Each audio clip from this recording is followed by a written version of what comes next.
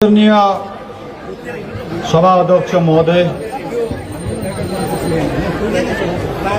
भारतीय गोर्खा प्रजातान्त्रिक मोर्चालाई स्थापना गर्नुहुने अध्यक्ष भाइ अनित थापा, उपाध्यक्ष भाइ सतीश पोखरेल,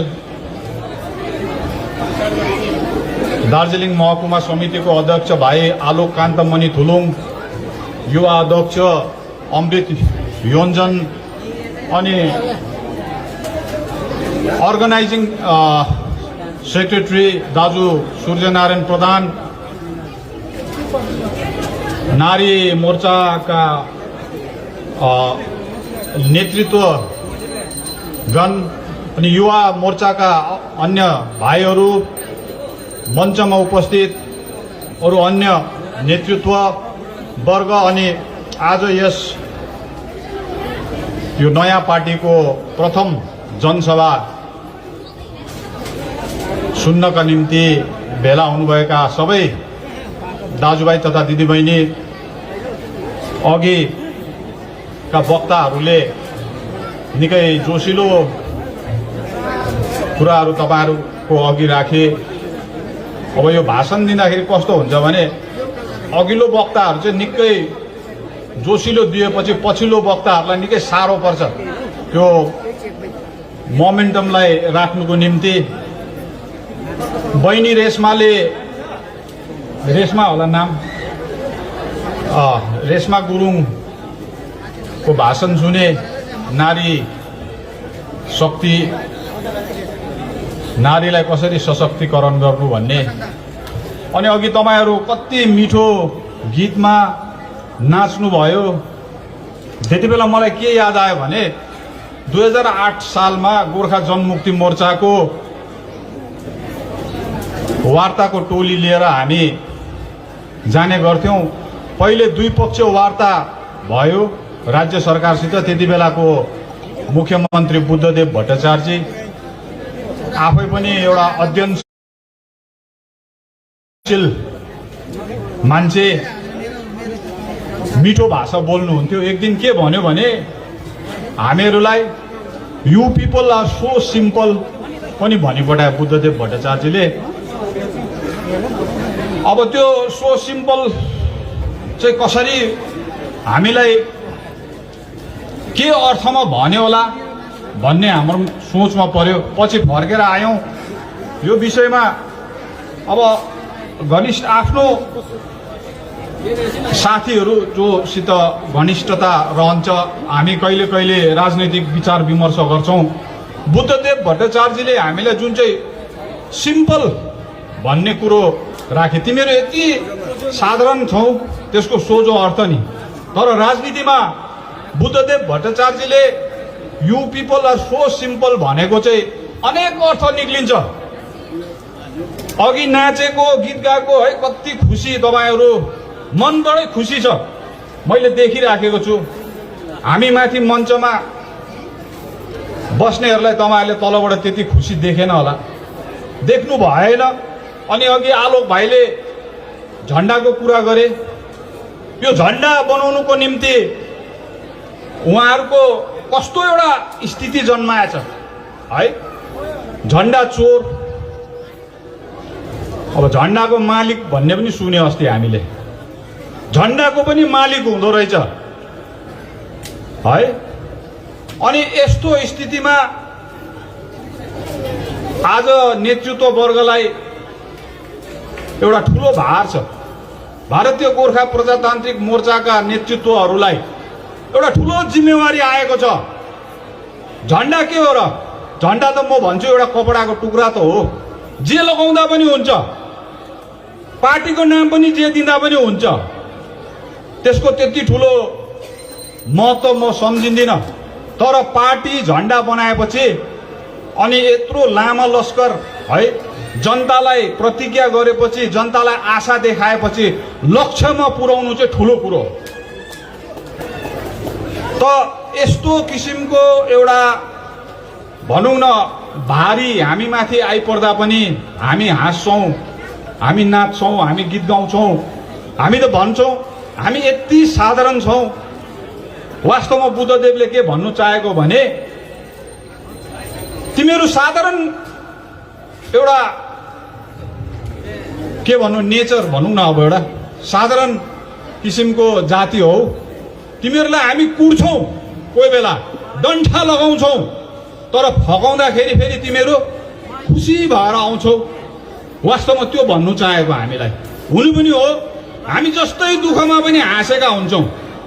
देख्छु अहिले अब लोकल च्यानलमा बेलुका हेर्नु, बर्खाको समयमा घरमा छप्परमा पानी चुइराखेको छ, राजनैतिक दलको साथीहरू एउटा टर्पोलिन लगेर जान्छ, त्यहाँ कति लामो बोल्छ, उसको घर चुँदैछ, यसरी हामी त्यो एउटा म त सम्झिन्छु त्यो ह्युमिलेसन हो, गरिबीलाई त्यो अवहेलना हो। उसको एउटा गरिबी त छ, तर त्यो गरिबीलाई फेरि एउटा टिभीको अगाडि ल्याएर, तर त्यो बिचरा घर चुने मान्छे कस्तो एउटा धन्यवादी भएर हाँसेर त्यो टर्पोलिन थापिराखेको। माथि दार्जिलिङमा पनि देख्नुहुन्छ नि तपाईँले, बजारको मान्छे भन्छ कि पानी आउँदैन, मार्च अप्रिलमा पानी आउँदैन, पानीको लाइनमा बसेको हुन्छ, बिहान कति बजीदेखि घरमा खानेकुरा पाकेको हुँदैन, नानीलाई स्कुल पुर्याउनु ढिलो भइराखेको हुन्छ, तर त्यहाँ कुनै एउटा क्यामेराम्यान पुगेर सोध्यो भने हाँस्दै भन्छ पानी नै है। हामी साधारण नि। अब त्यस्तै किसिमले तमिलनाडु चेन्नईमा पानी हुँदैन, तर त्यहाँको मान्छेहरू खाली बाल्टी र खाली गाग्री, खाली पानी भर्ने टिनहरू लिएर बजारमा बाटोमा ठट्टाउँदै हिँड्छ, पानी देऊ भनेर। त यसरी हामी कति साधारण है जनताहरू, हामी धेरै एकदमै अब यो के भन्नु, नादानपन, यो इनोसेन्स जुन चाहिँ छ, यसलाई राजनैतिक दलहरूले, राजनैतिक नेतृत्वहरूले कहिले कहिले जानी बुझिकन, कहिले कहिले आफूहरूमा पनि कुनै त्यो भनौँ न कुनै योजना बिनाको आन्दोलन गरेर धेरै यातनाहरू दिए, निर्दोष ज्यान गयो धेरैजनाको। अघि आलोक भाइले भनिहाले 104 दिनको कुरो। हामी त भन्छौँ भारतीय गोर्खा प्रजातान्त्रिक मोर्चाको एउटा मूल मन्त्र के हुन्छ भने, हामी अनावश्यक रूपमा कुनै पनि सरकारसित, चाहे त्यो केन्द्र सरकार नै होस् चाहे त्यो राज्य सरकार नै होस्, हामी अनावश्यक रूपमा उनीहरूसित झैँ झगडा गर्दैनौँ। आवश्यक पर्छ सरकारहरूसित लड्नु पर्छ, तर हात हतियार लिएर, बम बारुद लिएर, त्यो रबर क्याटिस लिएर सरकारसित लड्दैनौँ। हामी लड्छौँ सरकारसित तर्क गरेर। तर्क गर्नु सक्छौँ नि, हामी पनि सक्नुपर्छ। हामी मात्रै किन, हाम्रो पार्टीको प्रत्येक सदस्यहरू, नारीहरू प्रत्येकले आफ्नो हक र अधिकार खोजेको हुनुपर्छ। मैले अस्ति भने माथि रेलिङको भाषणमा, दार्जिलिङमा अहिले 2017 सालदेखि यता डिस्ट्रिक्ट मेजिस्ट्रेट अफिसमा, एसडिओ अफिसमा, विभिन्न कार्यालयतिर तपाईहरु जानुहुन्छ, बर्थ सर्टिफिकेट माग्नु, डेथ सर्टिफिकेट माग्नुको लागि जानुहुन्छ, रेसिडेन्शियल सर्टिफिकेट माग्नुको लागि जानुहुन्छ। हामीलाई सताउने गर्छ त्यहाँ आजकल, आजभोलि हामीलाई सताउँछ। 1950 सालदेखिको कागज माग्छ, बाजेको बर्थ सर्टिफिकेट माग्छ। अस्ति एउटा केसमा मैले भने, मलाई कम्प्लेन गर्दाखेरि म आफै पसेर भने, तिमी किन दिँदैनौ त बर्थ सर्टिफिकेट? उसकोमा के कागजको कमी छ र तिमी दिँदैनौ भन्दाखेरि, हैन म आफै 1979 मा जन्मेको, 1979 भन्दा अगाडि जन्मेकोलाई म दिनु सक्दिनँ पो अरे। कति सजिलो कुरा गरेको। अब त्यसो हो भने त 1979 साल भन्दा अघि जन्मेकोहरूलाई दिनुको लागि त 100, 150, 200 वर्ष पुगेको मान्छे बस्नु पर्यो नि अफिसमा। त्यत्रो लामो त मान्छे बाँच्दैन। अनि मैले भने ठिकै छ, दिँदैनौ भने लेखेर देऊ, म दिनु सक्दिनँ भनेर। त्यसपछि माथि जाउँला कहाँ जानुपर्ने भनेर त्यस्तो किसिमको त्यहाँनिर तर्क वितर्क गर्दाखेरि कति महिनादेखि रोकेर राखेको बर्थ सर्टिफिकेट त्यो दिन दियो। तर मैले यो कुरो किन भनेको भने मैले त्यो साथीहरूलाई पनि भने बोल्नुपर्छ, बोल्नु सक्नुपर्छ, बिडिओसित बोल्नु सक्नुपर्छ, ग्राम पञ्चायत अफिसमा गएर बोल्नु सक्नुपर्छ, एसडिओ अफिसमा गएर बोल्नु सक्नुपर्छ, डिस्ट्रिक्ट मेजिस्ट्रेट अफिसमा गएर बोल्नु सक्नुपर्छ। तर खेदको कुरो अहिले फिलहाल भारतीय गोर्खा प्रजातान्त्रिक मोर्चाको गठन भएदेखि यता राजनैतिक दलहरूले एउटा आँखाको छारो बनाएको छ यो नयाँ राजनैतिक दललाई।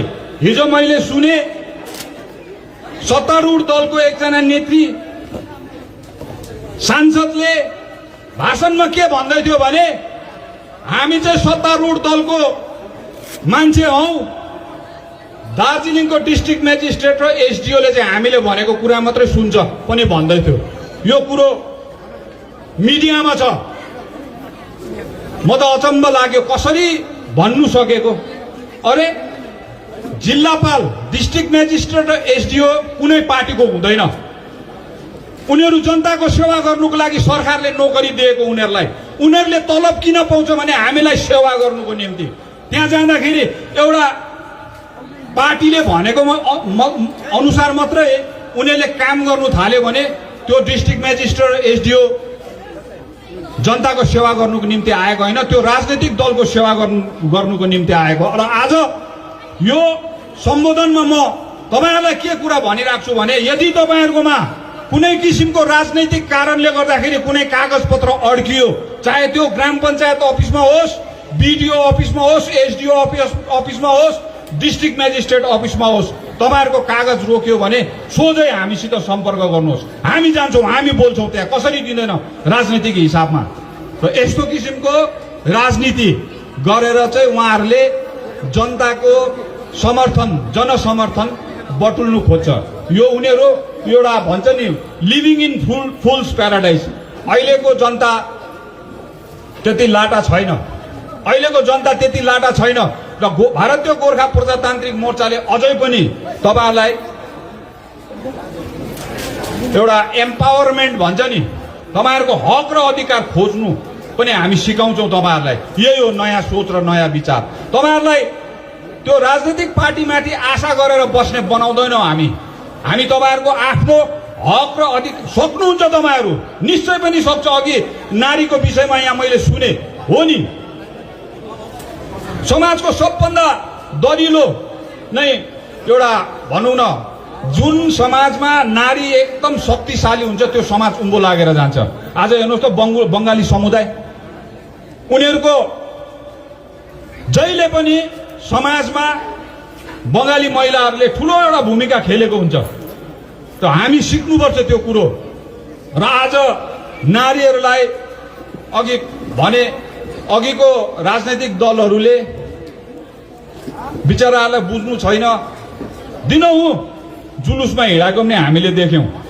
अघिको एउटा रेजिमले त झन् आफ्नो जिल्लाको एउटा भागै छुटाएर लाँदाखेरि पनि दिनहुँ जुलुस निकालेर पछि त्यो दिदीहरूले हामीलाई भन्थ्यो, भाइ हामी त बुझ्दैनौँ थियो, इस्लामपुर चोपडा चाहिँदैन भनेर भन्नु लगायो। हामी त कति महिना बिहान निक्लेर दिनभरि कराउँथ्यौँ। चोपडा भनेको त प्रेम चोपडाको भाइ होला सम्झेको थियो अरे उनीहरूले त। भरे इस्लामपुर चोपडा त दार्जिलिङ जिल्लाको एउटा अभिन्न अङ्ग त्यति बेला 1988 सालमा छोडी पठायो। त्यसरी जुलुसमा नारीहरूलाई कराउनु लगायो, तर नारीहरूले कहिले पनि आफ्नो हक र अधिकार पाएन। र आज अब हामी यहाँ हाम्रो पार्टीको गठन भएदेखि यता यो भारतीय गोर्खा प्रजातान्त्रिक मोर्चा कसरी अब परिचालना हुन्छ यो प्राय अघि हाम्रो अर्गनाइजिङ सेक्रेटरीले भन्नुभयो। अब दुई चारवटा म तपाईहरुलाई अब राजनीतिक कुरो पनि भनिराखेर जान्छु। अहिले एकदमै चर्चामा आएको चाहिँ यो पर्मनेन्ट पोलिटिकल सल्युसन र त्रिपक्षीय वार्ता हो। अब यहाँ एक थरीले भन्दैछ त्रिपक्षीय वार्ता हुन्छ, अनि अर्को थरीले भन्दैछ त्रिपक्षीय वार्ताको चिठी आएन। त्रिपक्षीय वार्ता भनेको तीनवटा पक्ष बसेर गर्ने वार्ता हो। त्यसमा राज्य सरकारको ठुलो भूमिका हुन्छ। केन्द्र सरकारले मात्रै त्रिपक्षीय वार्ता गर्छु भनेर हुँदैन। राज्य सरकार गएन भने त्यो वार्ता विफल हुन्छ। तर भारतीय गोर्खा प्रजातान्त्रिक मोर्चाको चाहिँ हाम्रो स्ट्यान्ड चाहिँ के छ भने त्रिपक्षीय वार्ता हुनुपर्छ। राज्य सरकार जानु मानेन भने, मान्नु भएन भने हामी उहाँहरूलाई अनुरोध गर्छौं एउटा पार्टी फोरमबाट तपाईहरुले जय दिनुपर्छ त्यहाँनिर। अनि त्रिपक्षीय वार्तामा पर्मानेन्ट पोलिटिकल सोल्युसन भनेको चाहिँ के हो अहिलेसम्म फेरि साथीहरु पजल छ, जनता पनि विभ्रान्तिमा परिराखेको छ। यो पर्मानेन्ट पोलिटिकल सोल्युसन अथवा स्थायी राजनैतिक समाधान भनेको चाहिँ के हो भनेर। अब यो अन्धाले हात्ती छामेको जस्तो त्यो हात्तीको पुच्छर समात्नेले चाहिँ यो स्थायीकरण चाहिँ स्थायी समाधान चाहिँ डोरी जस्तो रहेछ भनेको जस्तो कान समात्नेले नाङ्लो। अब भारतीय गोर्खा प्रजातान्त्रिक मोर्चा चाहिँ के भन्छ भने त्रिपक्षीय वार्ता हुन्छ अनि त्यसमा पर्मानेन्ट पोलिटिकल सोल्युसन हुन्छ भने चाहिँ त्यो राज्य भन्दाखेरि कम्तीको हुनु हुँदैन, किनभने स्थायी राजनैतिक समाधान हाम्रो निम्ति एउटा छुट्टै राज्य हो। हुन त एक थरीले के भन्दैछ 6औं अनुसूची भन्दाखेरि मुनिको हुनु हुँदैन भनेर। अब मानिलिउँ भोलि त्रिपक्षीय वार्ता भयो अरे, केन्द्र सरकारले पनि 6औं अनुसूची दिने उनीहरूले विचार गर्यो अरे, हामी त मान्दैनौं, किनभने 6औं अनुसूची हाम्रो निम्ति स्थायी राजनैतिक समाधान होइन। त्यो पर्मानेन्ट भनेको चाहिँ के हो भने त्यो दिएपछि अब उसो अरु कुनै चीज पनि पाउँदैन तपाईहरुले भनेको। स्थायी भनेको त्यो पर्मानेन्ट। अगाडि चाहिँ यो पर्मानेन्ट पोलिटिकल सोल्युसन भन्ने शब्द चाहिँ अगाडि 6औं अनुसूचीको एमओएस मा चाहिँ फुल एन्ड फाइनल सेटलमेन्ट भनेर लेखेको थियो। हामीले त्यसको पनि विरोध गरेको। कुनै पनि समाधान राज्यभन्दा मुनिको चाहिँ फुल एन्ड फाइनल हुँदैन हाम्रो निम्ति। अझ हामी त त्यो माथि पनि के भन्छौं भने राज्यै पाएर पनि राजनैतिक समाधान स्थायी हुँदैन। उदाहरण मैले दिँदै आएको अस्ति 2-4 जना साथीसित पेनल डिस्कसनमा मेरो तर्क भयो। अब दिल्लीलाई सुनिराख्नुहोस्, दिल्लीलाई छुट्टै राज्य दिएको, दिल्लीलाई एउटा छुट्टै राज्यको दर्जा दिएको, तर अरविन्द केजरीवाल मुख्यमन्त्रीले अहिले पनि दिल्लीको कतिवटा विषय लिएर त्यहाँको गभर्नरसित लेफ्टिनेन्ट गभर्नर भन्छ लड्नुपर्छ। नाथे एउटा सीसीटीभी क्यामेरा दिल्लीमा लगाउनुको लागि पनि लेफ्टिनेन्ट गभर्नरको पर्मिसन लिनु पर्यो अरविन्द केजरीवालले। त्यस्तो किसिमको उनीहरुकोमा क्षमता कम्ती भएको एउटा राज्य दिइराखेको छ। त हामीले पनि राज्यै पायो भने पनि त्यो कस्तो किसिमको राज्य देला, कतिसम्मको क्षमता भएको राज्य देला, त्यो त हामीले हेर्नुपर्ने छ। त्यसै कारणले गर्दाखेरि स्थायी राजनैतिक समाधान चाहिँ राज्यै पाएर पनि त्यो सम्पूर्ण रूपले त्यसको समाधान भएको रहेछ भन्ने चाहिँ ठोकुवा दिनु सक्दैन। आज हेर्नुहोस् त एउटा कुरा, अब त्यो एउटा साधारण कुरा, आसाम र मिजोराम, आसाम र मणिपुरको आज पनि सीमानामा विवाद भइराखेको छ। सीमाङ्कन उनीहरुको ठिक भएको रहेन रहेछ, राज्य भइसकेर पनि, राज्य दिएर पनि अहिले पनि उनीहरु लड्नु पर्दैछ। गृहमन्त्री अस्ति त्यहाँ गयो, कहाँदेखि चाहिँ मणिपुर पर्छ, कहाँदेखि चाहिँ आसाम पर्छ भनेर। मानिलिउँ न त, हामीलाई पनि दियो अरे राज्य, तर तल सीमाङ्कन चाहिँ डिलिमिटेसन अथवा छुटाउँदाखेरि चाहिँ डिमार्केसन गर्दाखेरि चाहिँ हाम्रो भूभाग उता पार्दै भने त त्यो राजनीतिक समाधान त पूर्ण रूपले समाधान भएन नि त। फेरि हामी त लड्नु पर्यो भूगोलको लागि। त त्यसले गर्दाखेरि यहाँ साथीहरूलाई है पर्मानेन्ट पोलिटिकल सोल्युसन भन्ने साथीहरूलाई चाहिँ भन्छौं, कुनै पनि राजनीतिक समाधान पर्मानेन्ट हुँदैन। यो बहुत सोचेर कसले दियो कुनै नाम। अब गोर्खाल्यान्ड भनेर त हामीले 2007 सालदेखिको कतिवटा त्रिपक्षीय वार्तामा मै थिए, हामीले त सोझै राखेको गोर्खाल्यान्ड भनेर। अहिले के समस्या परेर उनीहरूले गोर्खाल्यान्ड नाम हटाएर पर्मानेन्ट पोलिटिकल सोल्युसन भन्दैछ। अब यो 6औं अनुसूचीको कुरा गर्दाखेरि अहिले के भन्दैछ एकजना विधायकले, है यसलाई अदरवाइज नलिनु, तर्कको कुरो हो भन्दैछ। हामी के ल्याउँदैछौँ दिल्लीबाट, हामी भन्दैनौँ। अहिले दुश्मनी लाग्छ अरे, पोइजन हाल्छ अरे। अरे जनप्रतिनिधिले जनताको लागि के ल्याउँदैछ त्यो उसले लुकाएर हुन्छ? उसले मात्रै हेरेर पढेर ल्याएर हुन्छ? त्यो उसको घरमा ल्याउने कुनै सामग्री हो? यो त सम्पूर्ण जनताको लागि ल्याउने चिज हो। ल्याउनु पहिल्यै ल्याऊ, यहाँ देखाऊ हामीलाई पनि सम्पूर्ण जनतालाई देखाऊ हामीले यो ल्याउँदैछौँ ठिक छ कि छैन भनेर। यो त उसले आफ्नो घरको लागि किनेको सामग्री त होइन त। बारम्बार भन्दैछ विधायकले, हामी भन्दैनौँ के ल्याउँदैछौ। यो अगाडि पनि यो कुरा सुनेर चाहिँ 6औं अनुसूचीमा षड्यन्त्र भयो अरे। 6औं अनुसूचीको विरोध अर्कै किसिमले भएको धेरैवटा कुरा छ त्यहाँनिर। तर एउटा मूल कुरा के हो भने राजनीतिमा मत भिन्नता हुन्छ, विचारको भिन्नताले गर्दा भिन्दै भिन्दै राजनैतिक दल भएको। व्यक्तिगत कुनै भिन्नता हुँदैन, कसैसित हाम्रो दुश्मनी छैन।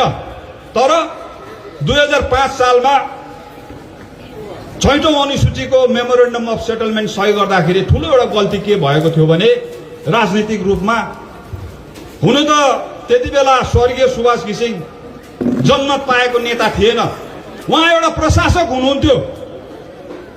दार्जिलिङ गोर्खा हिल काउन्सिलको प्रशासक, सरकारबाट नियुक्ति पाएको प्रशासक, उसलाई जनताको मत थिएन।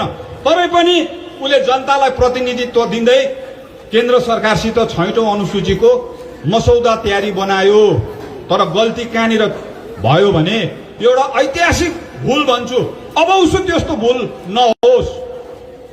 त्यो मसौदा उहाँले राजी भएपछि दार्जिलिङ आएर एक साँझ केवल 2 जना व्यक्तिलाई देखाएर, एउटा हो क्रान्तिकारी मार्क्सवादी कम्युनिस्ट पार्टीको महासचिव आरबी राई, अनि अर्को एकजना मेरै सहयोगदार दाजु स्वर्गीय मदन तामाङ, जो चाहिँ सुभाष घिसिङको एकदमै के भनौँ एउटा प्रतिपक्षीको नेता थिए। यी 2 व्यक्तिहरूलाई एक साँझ चिया खानुको निम्ति बोलाएर त्यो मसौदा देखाइदिएको भए अनि 2 जनाले पनि त्यसमा राजी हुन्छ, यसमा अलिकति यो तलमाथि छाँटकाट भनेर भन्थ्यो होला है। तर त्यति कुरो गरिदिएको भए आज यो दुर्दशा नहुने। हामी यो राजनीतिक दलहरू खोल्नु नपर्ने, कस्तो कस्तो मान्छेलाई हामीले नेता मानेर हिँड्नु पर्यो। पश्चाताप लाग्छ हामीलाई पनि। 30 महिना मैले पनि त्यो पार्टी गरेँ। 6 वर्ष त म हारेको मान्छे भएर बसेँ। व्यक्तिगत जीवनमा डिप्रेसन हुँदैनौँ हामी, तर कहिले कहिले राजनीति सोद्धाखेरि आफै डिप्रेस भएर आउँछौँ। त्यस्तो किसिमको एउटा राजनीतिक संस्कारै राखेन। प्रतिपक्षीको नेतालाई त दुश्मन सम्झिन्थ्यो, घर भत्काइदिने, बाटो ढुक्नु लगाउने। अरे जातिको निम्ति त कुनै कुरो पाउँदाखेरि केन्द्र सरकारले देला, राज्य सरकारले देला, सबै एक ठाउँमा बसन। ल्याउने क्रेडिट ल्यायो भने राम्रो, हामी पनि जान्छौँ मादल बजाउँदै बागडोग्रामा लिनु। तर कमसे कम कन्सल्टेसन त गर, कन्सेन्ट, एउटा विचार त माग। जनताले के भन्छ भनेर त अरू राजनीतिक दलहरूले पनि त आफ्नो मत पोख्छ। यो गल्ती हुँदाखेरि चाहिँ त्यसलाई भन्छ एउटा हिस्टोरिक ब्लन्डर, ऐतिहासिक ठुलो एउटा भुल। तर मैले यसो भनेर स्वर्गीय नेताहरूलाई दोषारोपण गरेको पनि होइन। मैले के भन्नु चाहेको भने अब उसोको राजनीतिमा त्यो हुनु हुँदैन। भोलि दिल्लीमा स्टेक होल्डर भन्दैछ नि, हामी बुझ्छौँ। सरकारले स्टेक होल्डर कसलाई मान्छ? जसले भोट जितेको छ उनीहरूलाई मात्रै स्टेक होल्डर मान्छ। त्यहाँ अहिले जोसुकैलाई बोलाउँदैन, तिमीहरू लु आउन त 17 जना भन्दैन, 25 जना छौ तिमीहरू डल्लै आऊ भन्दैन। नर्थ ब्लकमा जानुको लागि त गृह मन्त्रालयमा पस्नुको निम्ति एक-एकवटा नेताको बायोडाटा पहिला उनीहरूले हेर्छ, लोकल डिआइबीबाट माग्छ। जानुहोस्, जनप्रतिनिधि तपाईँहरू हो। तर भन्दैमा जन्मत पाउने एकजना विधायक हामीसित पनि छ, रुदेन सादा लेप्चा, कालिम्पोङको एमएलए पनि जन्मत पाएर जितेको। र भोलि त्यहाँ जन्मत पाउनेलाई मात्रै बोलाउँछ भने भारतीय गोर्खा प्रजातान्त्रिक मोर्चाको पनि एकजना सदस्य हुनुपर्छ। यो संविधानले भन्छ, यो गृह मन्त्रालयले भन्छ। अघिको पूर्व उदाहरण हेर्यौं भने त्यसले गर्दाखेरि जसले पनि अहिले पर्मानेन्ट पोलिटिकल सोल्युसन भित्र के छ त्यो हामी अरूलाई भन्दैनौँ। यहाँ फेरि पहिलाको जस्तो पोइजन हाल्छ, त्यो एउटा मिस्टेक हुँदैछ तपाईहरुबाट। यो मिस्टेकबाट जोगिनुहोस्। अब पहाडमा अब उसो कुनै किसिमको पनि आन्दोलन चाहिँ पहिलाको जस्तो हुँदैन। हामी तर्कको आन्दोलन गर्छौं, यसमा तपाईहरुले अदरवाइज नलिनुहोस्।